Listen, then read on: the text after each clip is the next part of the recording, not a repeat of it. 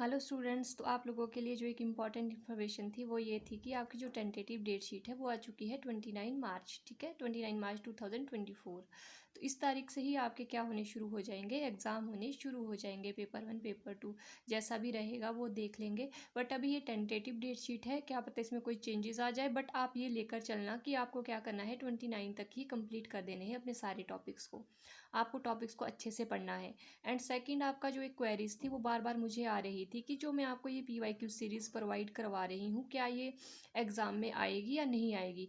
तो देखो, अभी हमें पता है कि जो सिलेबस है वो न्यू सिलेबस इंट्रोड्यूस हुआ है, तो सिलेबस के अकॉर्डिंग ही मैं आपको सारे टॉपिक्स करवाती हूँ और उससे रिलेटेड ही मैं आपको PYQ सीरीज़ भी प्रोवाइड करवाती हूँ। तो PYQ सीरीज़ जो मैं आपको प्रोवाइड करवा रही हूँ वो बहुत सारे जो प्रीवियस ईयर के एग्ज़ाम हुए हैं, मैं अदर एग्ज़ाम की बात करी हूँ। जैसे आपके टेट हो गए ना, HP टेट हो गया, UP टेट हो गया ना, CDP चाइल्ड डेवलपमेंट पेडागोजी होगी आपके ना, C टेट में जो क्वेश्चन आते हैं उससे रिलेटेड ही मैं बहुत सारे क्वेश्चंस को ढूंढ कर ही आपके लिए क्या बनाती हूँ, PYQ सीरीज़ बनाती हूँ, जो मुझे लगता है कि आपको ये क्वेश्चन आना चाहिए या ये क्वेश्चन यहाँ से आपका बन सकता है एग्ज़ाम को लेके।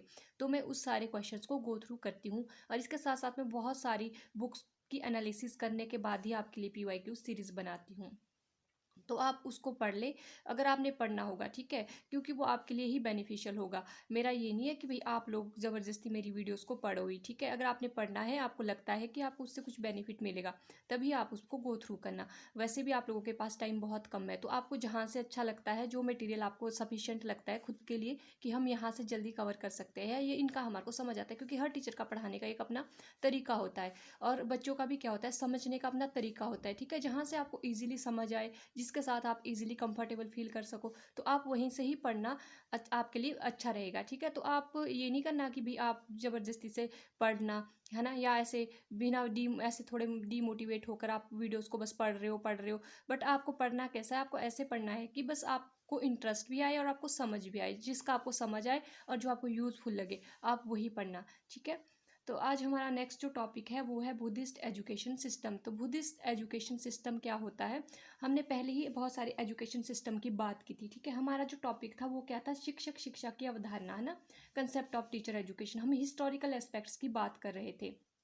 इसके अंदर हमने पहले ही बात कर दी थी कि हम दो तरह से शिक्षक शिक्षा को डिवाइड कर सकते हैं। एक तो हम ड्यूरिंग प्री इंडिपेंडेंस यानी कि स्वतंत्रता से पूर्ण, और सेकंड हम स्वतंत्रता के बाद की बात कर रहे थे। तो हमने बहुत सारी चीज़ों को एक फ्लो चार्ट में मैंने आपको बताया था कि हम कैसे कैसे अपना जो लेक्चर है उसको गो थ्रू करेंगे। तो सेकंड हमारा अब आ जाता है बुद्धिस्ट एजुकेशन सिस्टम। तो एंशिएंट एजुकेशन सिस्टम हमने पढ़ दिया था कि वहाँ पर क्या थे, ब्राह्मण्स को ही टीचर माना जाता था, ठीक है। अब हम बात करेंगे बुद्धिस्ट एजुकेशन सिस्टम की। तो बुद्धिस्ट एजुकेशन सिस्टम जो था आपका 5th BC में आया था ना, 5वीं शताब्दी के आसपास ही आया था। और लॉर्ड बुद्धाज की एजुकेशन इसमें मोस्टली दी जाती थी, है ना। लॉर्ड बुद्धाज का एजुकेशन सिस्टम था ये एक तरह का ना। और यहाँ पर क्या हुआ था, it was a most important system in the medieval period, यानी कि मध्यकालीन पीरियड में क्या था, बहुत ज़्यादा इंपॉर्टेंट सिस्टम माना गया था। क्यों? क्योंकि जो ब्राह्मण थे ना, ब्राह्मण टीचर थे, उन्होंने क्या कर दिया था, उन शिक्षकों ने आम लोगों की जो शिक्षा का अधिकार था उसको उनसे वंचित रख दिया था। तो उसी टाइम पे किसका उद्भव या किसका एमरजेंस हुआ, तो उस टाइम पे बुद्धिज्म का एमरजेंस हुआ। और बुद्धिज्म में बहुत सारी चीज़ें ऐसी थी, जैसे कि फ्रीडम थी, सबके लिए एजुकेशन की फ्रीडम थी, है ना। वो अपनी एजुकेशन को पढ़ सकते थे, है ना। और साथ ही साथ वो विहार में रहते थे। और टीचर जो थे, टीचर को भी एक तरह के उनको मॉन्क कहा जाता था। मॉन्क बनने के लिए भी उनको क्या करना पड़ता था, 10 साल के लिए उनको पढ़ना पड़ता था, ठीक है। तो 10 साल की उनके लिए क्या थी, क्वालिफिकेशंस थी।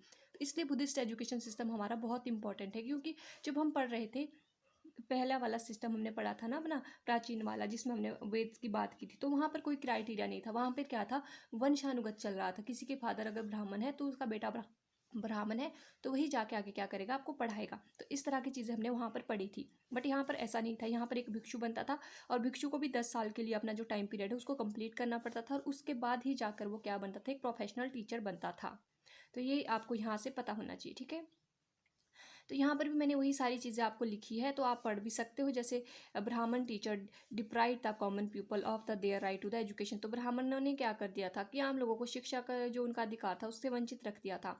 एवर्जेंस of Buddhism recent the people the freedom to obtain education and to practise and Bihar. अब क्या हो गया था, जो बुद्धिज्म था उसने क्या कर दिया था, इसका जब उद्भव हुआ तो इसने फ्रीडम प्रोवाइड कर दी थी किसको, जो भी लोग थे उनको, कि वो बिहार में आके अपनी टीचिंग को पूरा कर सकते थे, है ना। और उनको क्या कहने कहने लग गया था फिर, भिक्षु या मोंक की तरह वो वहाँ पर शिक्षा को क्या करने लगे थे, ग्रहण करने लग गए थे। नेक्स्ट है they were placed under in the chargeship of the two superior qualified by the learning character and the standing who is known as the Upadhyaya and the Acharya. अब क्या होगा, जो भी प्रशिक्षु होंगे, जो भी बच्चे होंगे ना, जो भी मॉन्क होंगे, वो किसके सुपरवाइज कौन करेगा उनको, है ना। ऐसे जैसे होता है ना स्कूल्स में क्या होता है, टीचर होते हैं, प्रिंसिपल होता है, तो वैसे ही वहाँ पर भी क्या होता था, वहाँ पर दो तरह के करेक्टर्स, यानी उनके अंदर ऐसी क्वालिफिकेशंस होती थी, ऐसे करेक्टर्स होते थे ना, जिसके बेसिस पर उनको या तो उपाध्याय या आचार्य बनाया जाता था। जो उपाध्याय होता था उनका काम क्या होता था, अब इनके काम भी कुछ होते होंगे ना स्कूल्स के अंदर। तो उपाध्याय का क्या काम होता था, duty of instructing the young भिक्षु सैका टेक्स्ट एंड द डॉक्टरीन्स। अब इनका क्या काम होता था, इनका काम होता था बच्चों को इंस्ट्रक्शन देना, किससे रिलेटेड, जो धार्मिक इनके टेक्स्ट होते थे, है ना, धार्मिक इनके जो टेक्स्ट है या डॉक्टरीन्स है उसके बारे में ये क्या करते थे, उनको ज्ञान देते थे। अब आचार्य, सेकंड आता है आचार्य। Acharya assumes the responsibility for the conduct and the discipline. अब आचार्यों के पास क्या रिस्पॉन्सिबिलिटी होती थी कि बच्चों के आचरण और उनके अनुशासन को कौन देखता था, आचार्य देखता था कि बच्चे कैसा आचरण कर रहे हैं, कैसा वो अपने अनुशासन में रह रहे हैं या नहीं रह रहे हैं। इस तरह का सिस्टम यहाँ पर था। The teacher himself must spend at least 10 year as a monk and necessarily must have the purity of character, purity of thought and the जनसिटी। अब इसका मतलब क्या है, जो टीचर होता था वो टीचर ऐसे ही नहीं बन जाता था कि भी पेरेंट्स टीचर है तो बच्चा भी जाके टीचर बन जाएगा। तो यहाँ पर क्या था, उनके लिए एक स्पेसिफिक क्राइटेरिया रखा गया था कि 10 साल तक इसको क्या करना पड़ेगा, मॉन्क की तरह रहना पड़ेगा, अच्छे से एजुकेशन को बिल्डअप करना पड़ेगा, अपना कैरेक्टर को डेवलप करना पड़ेगा, थॉट्स को डेवलप करना पड़ेगा, अपने अंदर प्योरिटी लानी होगी, उसके बाद ही क्या होगा, वो एक क्या बन जाएगा, टीचर या आचार्य या उपाध्याय बन जाएगा। ठीक है, यहाँ तक समझ आया। Both the teacher and the student were responsible to the monastery. अब क्या होता था, टीचर और स्टूडेंट दोनों ही मोनेस्ट्री को चलाने के लिए बहुत ज़्यादा इंपॉर्टेंट रोल प्ले करते थे यहाँ पर। और इसके साथ साथ हमने यहाँ पर एक बात की थी, यहाँ पर एक पूजा सेरेमनी होती थी, है ना, पूजा सेरेमनी होती थी यहाँ पर। और आपसे मैंने उपनयना सेरेमनी की बात की थी कहाँ पर, जब हमने पढ़ा था वैदिक एजुकेशन सिस्टम। तो यहाँ पर पूजा सेरेमनी वैसी होती है जिसमें बच्चे कहाँ जाएंगे, किसी भी एक जो आपका फॉर्मल एजुकेशन है वहाँ पर पढ़ने के लिए जाएंगे। तो यहाँ पर मोस्टली जो आपको मेन सब्जेक्ट पढ़ाए जाते थे वो सूता था, विनय था, और इसके साथ धमा पत्तिका, पत्तिका सुप्त पत्तिका वगैरह हमने पढ़ा था ना 3 पत्तिकाओं के बारे में, तो वही यहाँ पर इनको पढ़ाया जाता था। और साथ ही साथ जो अटेंडेंस होती थी वो भी कंपल्सरी होती थी हर एक मॉन्क की। ठीक है, अटेंडेंस का यहाँ पर सिस्टम था। और इसके साथ साथ ही यहाँ पर बहुत सारे स्कूल्स भी डेवलप हो गए थे, हमने पढ़ा था ना, नालंदा विश्वविद्यालयों के बारे में हमने पढ़ा था। इसके साथ साथ हमने और भी बहुत सारे विश्वविद्यालय ना, तक्षशिला की हमने बात की थी। तो इस तरह के वहाँ पर क्या होता था, बहुत बुद्धिज्म जो एजुकेशन थी वो आपको प्रोवाइड की जाती थी। नेक्स्ट हमारा टॉपिक जो है वो है हमारा मुस्लिम एजुकेशन सिस्टम। अब हम देखेंगे कि मुस्लिम एजुकेशन सिस्टम में टीचर जो है उनकी क्या शिक्षा थी, उनके लिए क्या प्रावधान था। जब हमने पढ़ा था, सबसे पहले हमने बात की थी किसकी, सबसे पहले हमने आर्यस की बात की थी, या हमने स्वतंत्रता से पूर्व एंशंट एजुकेशन सिस्टम की बात की थी। तो वहाँ पर कोई भी क्वालिफिकेशन नहीं थी टीचर के लिए, वो वंशानुगत चल रहा था। फिर हमने बात की बुद्धिस्ट एजुकेशन सिस्टम। इनके पास क्राइटेरिया क्या था कि 10 साल तक तो मॉन्क बनकर रहना है और फिर जाके बहुत सारी चीज़ों को अपने अंदर डेवलप करना है। अब हम देखेंगे कि जो हमारा मुस्लिम एजुकेशन सिस्टम है वहाँ पर कितनी साल तक के लिए रहना है ना, किस तरह का एजुकेशन सिस्टम है, क्या कोई क्वालिफिकेशन थी टीचर्स के पास या नहीं थी। ठीक है, अगर हम बात करें मुस्लिम एजुकेशन सिस्टम की, तो पृथ्वीराज चौहान की हार के बाद मोहम्मद गौरी ने उत्तरी भारत में मुस्लिम शासन की नींव रखी थी। ठीक है, after defeat the Prithviraj Chauhan, Muhammad Ghori lead the foundation of Muslim rule in the north India. ठीक है, many king ruled over India during the Muslim period. तो मुस्लिम टाइम पीरियड पे क्या हो गया था, बहुत सारे राजाओं ने यहाँ पर रूल किया था, यानी राज किया था। फिर है मोहम्मद साहब and his trend four of his disciples took the responsibility of the propagation of Islamic. अब क्या हो गया था, जो मोहम्मद साहब थे ना, ये बहुत इंपॉर्टेंट नाम है, मोहम्मद साहब और उनके प्रशिक्षित 4 शिष्यों ने इस्लाम के प्रचार प्रसार की जिम्मेदारी ले ली थी। और इसी प्रचार प्रसार को इन्होंने क्या कहा था, साहब्स, है ना, यहाँ देखो साहब्स कहा था। और उन्हें साहब के नाम से जाना जाता था, और उन्हें ही इस्लाम के पहले शिक्षक के रूप में भी जाना जाता है। ठीक है, इनको ही जाना जाता है पहले शिक्षक के रूप में। अगर हम बात करें उनके टाइम पे किस तरह की शिक्षा दी जाती थी, तो वो रिलीजियस या धार्मिक शिक्षा दी जाती थी। और एम तो होता है ना कुछ शिक्षा का, तो इनका एम क्या था कि धार्मिक लोगों का निर्माण करना, कि मेक अ रिलीजियस पीपल, है ना, छात्रों की गुप्त क्षमताओं को सामने लाना, हिडन एबिलिटी को एक्सप्रेस करना। इसके साथ साथ और भी बहुत सारे गोल्स होते हैं, जैसे कि हमने एक अच्छी सोसाइटी बनाना, इस तरह के इनके भी बहुत सारे गोल्स थे। तो अगर हम बात करें इनके साथ साथ ही, इनके पास क्या कोई भी औपचारिक कॉलेज नहीं था, यानी कि इनके पास कोई भी फॉर्मल कॉलेज नहीं था, पर फिर भी इनके पास एक लाइब्रेरी थे जिसका नाम था बीजपुर इम्पेरिकल लाइब्रेरी। तो ये एक इनके पास लाइब्रेरी थी जहाँ पर बहुत सारा इनके पास क्या थी, बुक्स थी। ठीक है, अगर हम बात करें सबसे इम्पॉर्टेंट नाम जो आता है मुस्लिम एम्पायरिकल, मुस्लिम, जब भी हम मुस्लिम्स की बात करते हैं या मुस्लिम एजुकेशन सिस्टम की बात करते हैं तो वहाँ पर सबसे इम्पॉर्टेंट नाम आता है अकबर का ना, सम्राट अकबर का। तो अकबर ने क्या किया था, बहुत ही सारे सोर्सेज ऐसे प्रोवाइड करवा दिए थे जिसकी वजह से यहाँ पर जो एजुकेशन सिस्टम था वो बहुत अच्छा चलने लगा था। तो इन्होंने बहुत सारी बुक्स को लिखा था, फारसी में, संस्कृत में, हिंदी में भी उसका अनुवाद करवाया था, ठीक है। और इन्होंने जैसे अपनी बुक्स लिखी थी, एक अबुल फजल के द्वारा इनकी बुक्स लिखी गई थी, अकबर नामा या आईनी अकबरी, इस तरह की इन्होंने बहुत सारी बुक्स को लिखा था। और लिखने के साथ साथ यहाँ के जो शिक्षक थे उनके पास खुद की तो कोई भी कॉलेज नहीं था ना, ये हमने पहले भी बात की थी कि इनके पास कोई फॉर्मल कॉलेज नहीं था, बट फिर भी इनके पास बहुत सारा खजाना था ज्ञान का ना, बहुत सारा इनके पास क्या थे, सोर्सेज थे, क्योंकि अकबर ने इनको बहुत सारे ऐसे सोर्सेज थे। और अगर हम अकबर की बात करें तो उन्होंने अपने शाही दरबार में अपने लिए एक स्पेशल लाइब्रेरी भी बना के रखी थी जहाँ पर वो बहुत सारी जो ग्रंथ थे उनको रखते थे, ठीक है। और उसको, और इसी तरह से क्या होती थी, ये बहुत सारे जो सोर्सेज थे उनको प्रोवाइड करवाते थे। अगर हम बात करें यहाँ पर फीमेल एजुकेशन की, तो उनको यहाँ पर शिक्षा नहीं दी जाती थी, है ना।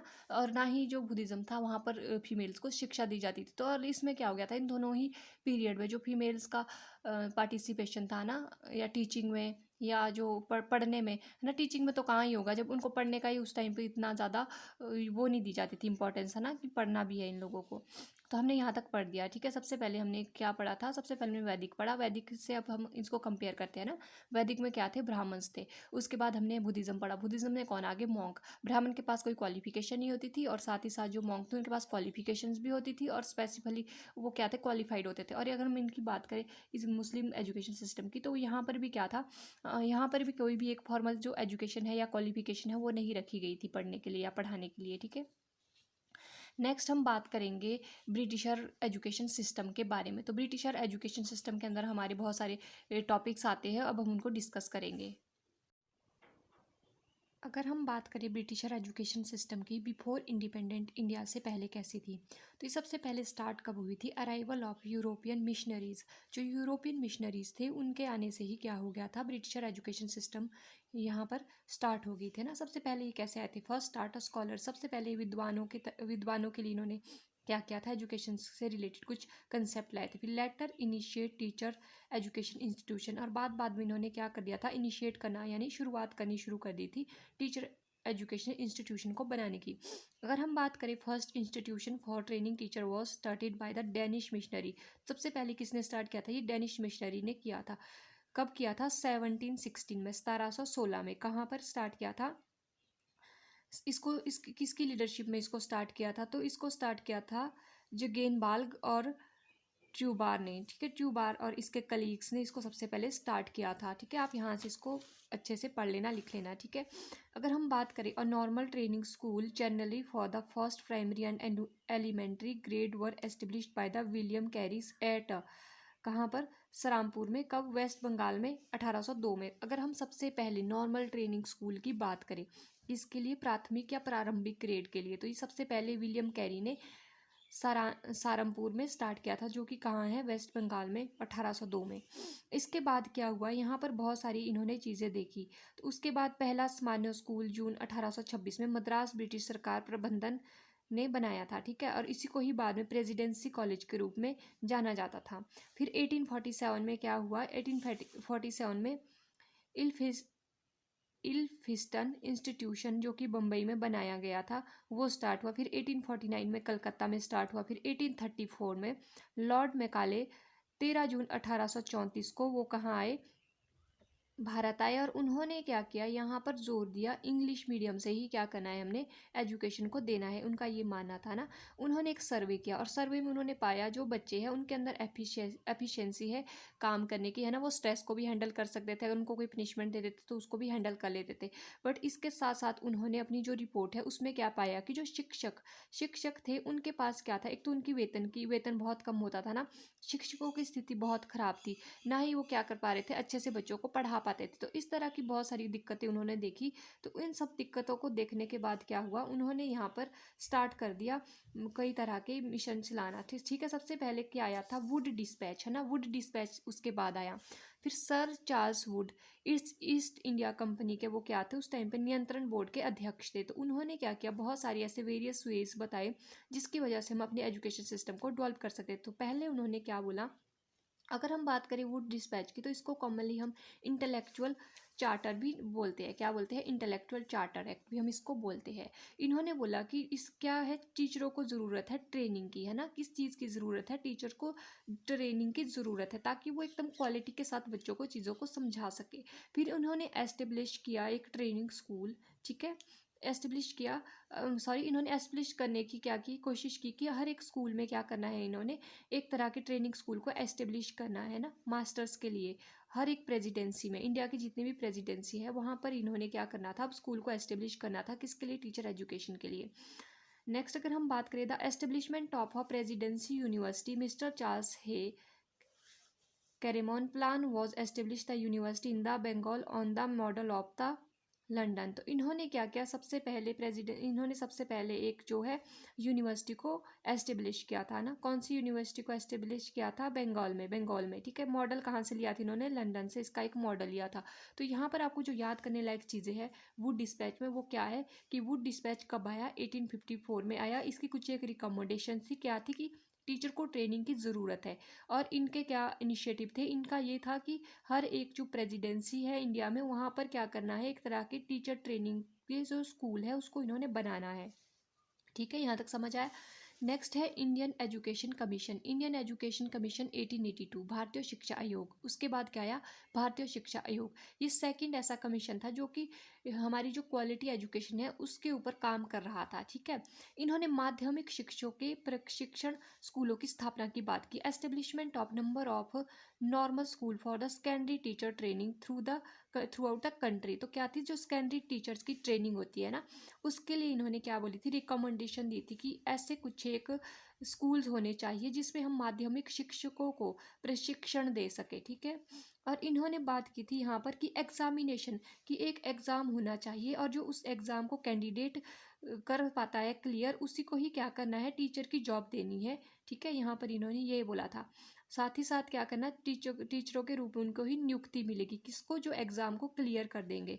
तो इसी बेस पर क्या हुआ था, in the field of secondary teacher training first institution was establish in 1886 इन मद्रास। तो इसी के बेसिस पर क्या हो गया था, जो पहला सेकेंडरी स्कूल ट्रेनिंग थी वो कहाँ पर एस्टेब्लिश हो गया था? 1886 में मद्रास में। उसको किस नाम से जाना गया? गवर्नमेंट नॉर्मल स्कूल मद्रास, ठीक है। गवर्नमेंट नॉर्मल स्कूल मद्रास के नाम से उसको जाना गया। उसके बाद अगर हम नेक्स्ट बात करते हैं, तो नेक्स्ट थर्ड उसके बाद हमारे आते हैं 1889 में लॉर्ड कर्जन भारत के गवर्नर जनरल बन गए, ठीक है। इसके साथ साथ बहुत सारे सोशल रिफॉर्मर्स थे, तो उन्होंने भी बहुत सारा एजुकेशन में काम किया कि कैसे हम अपने एजुकेशन सिस्टम को और बेहतर बना सकते हैं। तो उसके लिए इन्होंने गवर्नमेंट ऑफ इंडिया रेजोल्यूशन लाया, ठीक है। 1904 में भारत सरकार प्रस्ताव पारित हो गया था। इसके बेसिस पर कुछ एक चीज़ों को देखा गया। कौन कौन सी चीज़ें थी वो? पहली क्या देखी गई थी? Man of ability and experience should be enlisted to provide equipped staff और well trained member of the education service, ठीक है। अब क्या हो गया था, यहाँ पर योग्य एवं अनुभवी लोगों को ही नियुक्ति करनी है, ठीक है। जिसके पास एबिलिटी है, जिसके पास एक्सपीरियंसेस है पढ़ाने का, ठीक है, उसी को ही क्या करना है, टीचर के रूप में स्कूल्स में रखना है। नेक्स्ट है माध्यमिक शिक्षकों के लिए प्रशिक्षण महाविद्यालयों के उपकरणों को महत्व दिया गया। अब क्या है, टीचर एजुकेशन हम बोल रहे हैं कि टीचर एजुकेशन के लिए क्या करना है, बहुत सारे ऐसे इंस्टीट्यूशन खोलने हैं, बट वहाँ पर एक तरह के इक्विपमेंट्स भी तो होने चाहिए ना, जो बच्चों को पढ़ाने के लिए बच्चे यूज़ करेगा एक टीचर, ठीक है, उनको उसको पता होना चाहिए। तो इस तरह की इन्होंने एक रिकमेंडेशन दे दी कि इक्विपमेंट्स भी होने चाहिए, किसके लिए? ट्रेनिंग कॉलेज के पास, ठीक है। नेक्स्ट इन्होंने बोला था स्नातकों के लिए विश्वविद्यालयों की डिग्री या डिप्लोमा के लिए 1 वर्ष का पाठ्यक्रम होना। अब चलो ठीक है भाई, डिग्री भी आ गई। तो उसके बाद इन्होंने क्या बोला कि अब डिग्री और डिप्लोमा 1 साल का होना चाहिए ना, 1 साल का तो होना चाहिए, बट उसके लिए कुछ है करिकुलम भी तो होना चाहिए, पाठ्यक्रम भी तो होना चाहिए। वो किस बेस पे होना चाहिए? इन्होंने बोला कि वो सैद्धांतिक और व्यवहारिक, यानी कि थियोरेटिकल एंड प्रैक्टिकल जो चीज़ें हैं उसको उसमें ऐड करना है, उस बेसिस पर बच्चों को पढ़ाना है। जो बच्चे जो प्रशिक्षु अब आपके यहाँ पर शिक्षक हो गए ना, जो शिक्षक प्रशिक्षु होंगे उनके लिए क्या होगा, इस तरह का सिलेबस हमने फॉर्म करना है। नेक्स्ट बोला था इन्होंने training college should be linked with the school so that the teacher may not neglect the method learner in the college when he or she accept teaching as a professional. अब क्या करना है, जो training college है उनको किसके साथ link करना है, स्कूल्स के साथ लिंक करना है, ताकि वो क्या कर सके, जो टीचर के मेथड होते हैं पढ़ाने के उनको नेग्लेक्ट ना कर सके जब वो एक प्रोफेशनल ट्रेनिंग में जाए। तो यहाँ पर आपने याद बाद क्या करना है, इसमें आपने मोस्टली याद रखना है कि कब आया था, 1904 में आया था। और यहाँ पर योग्य जो व्यक्ति है उसको ही क्या बोला था कि उसको ही टीचर बनाना है। और साथ ही साथ इन्होंने इक्विपमेंट्स की बात की, और साथ ही साथ इन्होंने बोला कि पाठ्यक्रम होना चाहिए और 1 साल की डिग्री या डिप्लोमा भी होना चाहिए। ठीक है, फिर अगर इसी में ही हम बात करें तो इसी में ही 1912 में इसी नीति के बेस पर जो हमारी आधुनिक शिक्षक प्रणाली है होती है ना, वहाँ पर क्या होता है कि 2 साल की आपकी क्या होगी, 2 साल का आपके पास सर्टिफिकेट होगा, प्रमाण पत्र होगा। जब आपके पास वही जिसके पास प्रमाण पत्र होगा उसी को ही एज अ टीचर रखा जाएगा। तो ये था आपका गवर्नमेंट ऑफ इंडियन रिजोल्यूशन। ठीक है, नेक्स्ट हम बात करेंगे सैडलर कमीशन की। सैडलर कमीशन कब आया था, 1917 में। इसको हम कलकत्ता विश्वविद्यालय आयोग के नाम से भी जानते हैं, या सैडलर आयोग के नाम से इसको जानते हैं। तो इसने 1919 में अपनी एक रिपोर्ट दी थी, किससे रिलेटेड, माध्यमिक विद्यालयों यानी कि सेकेंडरी विद्यालयों के जो शिक्षक थे उनसे रिलेटेड इन्होंने अपनी एक रिपोर्ट दी थी। इन्होंने क्या कहा था कि कुछ एक ट्रेनिंग प्रोग्राम्स होने चाहिए। ठीक है, ट्रेनिंग प्रोग्राम्स होने चाहिए जो कि क्या करे, जो बच्चे हैं उनको साथ ही साथ उनका एक जो मेल रोल है वो ये नहीं होना चाहिए कि क्लासरूम के अंदर ही टीचर ने पढ़ाना है, बट उनके अंदर क्या होनी चाहिए, एडमिनिस्ट्रेशन की भी एक अच्छी उनको कैपेबिलिटी होनी चाहिए, एबिलिटी होनी चाहिए उनके अंदर। तो ये किसकी रिपोर्ट के अकॉर्डिंग कहा गया था, सैडलर कमीशन के अंतर्गत। तो इसमें क्या कहा गया था, माध्यमिक विद्यालयों के शिक्षकों के व्यावसायिक प्रशिक्षण और शैक्षणिक अनुसंधान में विश्वविद्यालयों की भूमिका पर जोर दिया। क्या होना चाहिए कि बहुत सारे विश्वविद्यालयों को निकालना है ना, निकालने के बाद ही क्या बोला था कि ऐसे रोल्स भी बताने हैं टीचर्स को, जिससे कि वो ना सिर्फ ट्रेनिंग ले, ट्रेनिंग के साथ साथ ही वो क्या करे, क्लासरूम टीचर जो है वो गुड एडमिनिस्ट्रेट भी कर सके चीज़ों को। ठीक है, नेक्स्ट है आपका हार्टोग कमेटी, जो कि 1929 में आई थी ना। इसने एक्सटेंड किया था किस, सैडलर कमीशन को। ये ना सैडलर कमीशन ने जो काम दिए थे उसको इसने थोड़ा बहुत उसको ही एक्सटेंड कर दिया था, बढ़ा दिया था, उसी काम में कुछ एक एडिशन कर दी थी। अगर हम इसके सजेशंस की बात करें तो इसमें क्या क्या उन्होंने सुझाव दिए थे ना, तो पहला क्या था कि conference and refresh courses of those who were already in service in order to raise standard of school teacher. इसमें क्या था, ये उनके लिए बनाया गया था जो टीचर पहले ही लग चुके हैं, बट टीचर लगने के बाद भी उनके लिए कुछ ऐसे कॉन्फ्रेंसेस का अरेंजमेंट करना है या ऐसे कुछ कोर्सेज करवाने हैं जिससे कि जो टीचर है उनका स्टैंडर्ड इंक्रीज हो सके और वो एक क्वालिटी वाली एजुकेशन बच्चों को दे सके।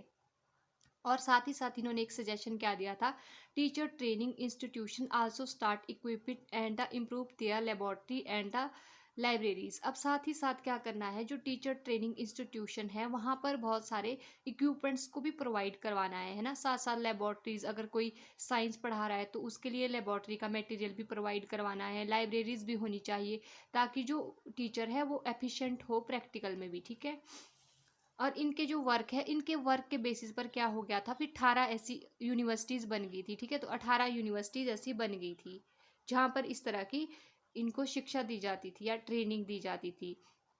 अगर हम बात करें the lady Irwin college setup in new Delhi, तो न्यू दिल्ली में क्या हो गया था, लेडी इरविन कॉलेज का सेटअप हो गया था। इस जो इनकी एक कमेटी थी उसके बेस पे जो इन्होंने अपने सजेशन दिए थे वो सारे सजेशन को ये फॉलो करते थे। और इसके साथ साथ ही आंध्रा यूनिवर्सिटी स्टेट और न्यू डिग्री, अब जो आंध्रा यूनिवर्सिटी थी उन्होंने भी अपने करिकुलम में एक न्यू जो डिग्री है उसको इंक्लूड कर दिया था, बीएड को। ठीक है, 1932 में। और जो Bombay launched a post graduated degree in MEd in 1936, और बॉम्बे का launched post graduate degree college था वहाँ पर क्या हो गया था, एमएड को इन्होंने इंक्लूड कर दिया था। तो हार्टोग कमेटी से आपको क्या क्या याद रखना है, एक आपने याद रखना है ये कमेटी 1929 में आई थी। उसके बाद हम याद रखेंगे कि इसमें इन्होंने क्या बोला था, जो टीचर्स है, जो टीचर लग गए हैं ना इन सर्विस के अंदर, उनको क्या करना है, हमें कॉन्फ्रेंस और न्यू कोर्सेज को प्रोवाइड करवाना है ताकि जो टीचर है उनकी क्वालिटी अच्छे से बढ़ सके।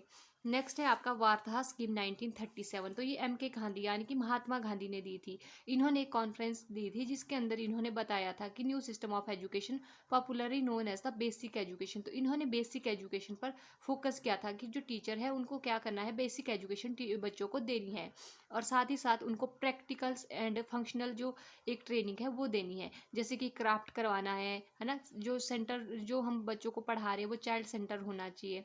और साथ ही साथ क्या करना है, जो हमारा पहले पुराना सिस्टम था उसमें टीचर को बेस रखा जाता, तो यहाँ पर टीचर से जो करिकुलम था वो आपका स्टूडेंट पर शिफ्ट हो गया था, तो इसके बारे में इन्होंने बात की थी। और इन्हीं के बेसिस पर क्या हो गया था, एक ट्रेनिंग कॉलेज निकला था इलाहाबाद में 1938 में।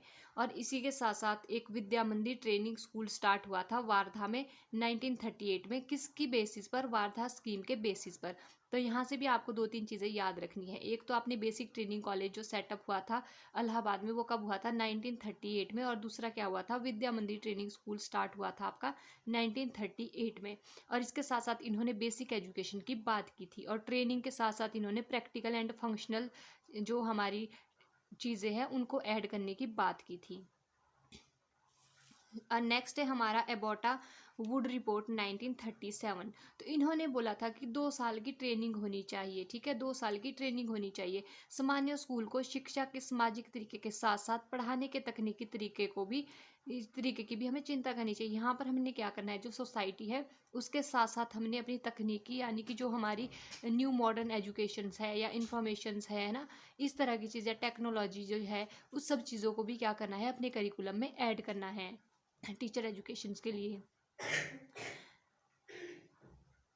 एंड इसके अंदर आपका लास्ट आता है 1944 का सार्जेंट रिपोर्ट। सार्जेंट रिपोर्ट में क्या कहा था, टीचर ट्रेनिंग प्रोग्राम की इन्होंने बात की थी।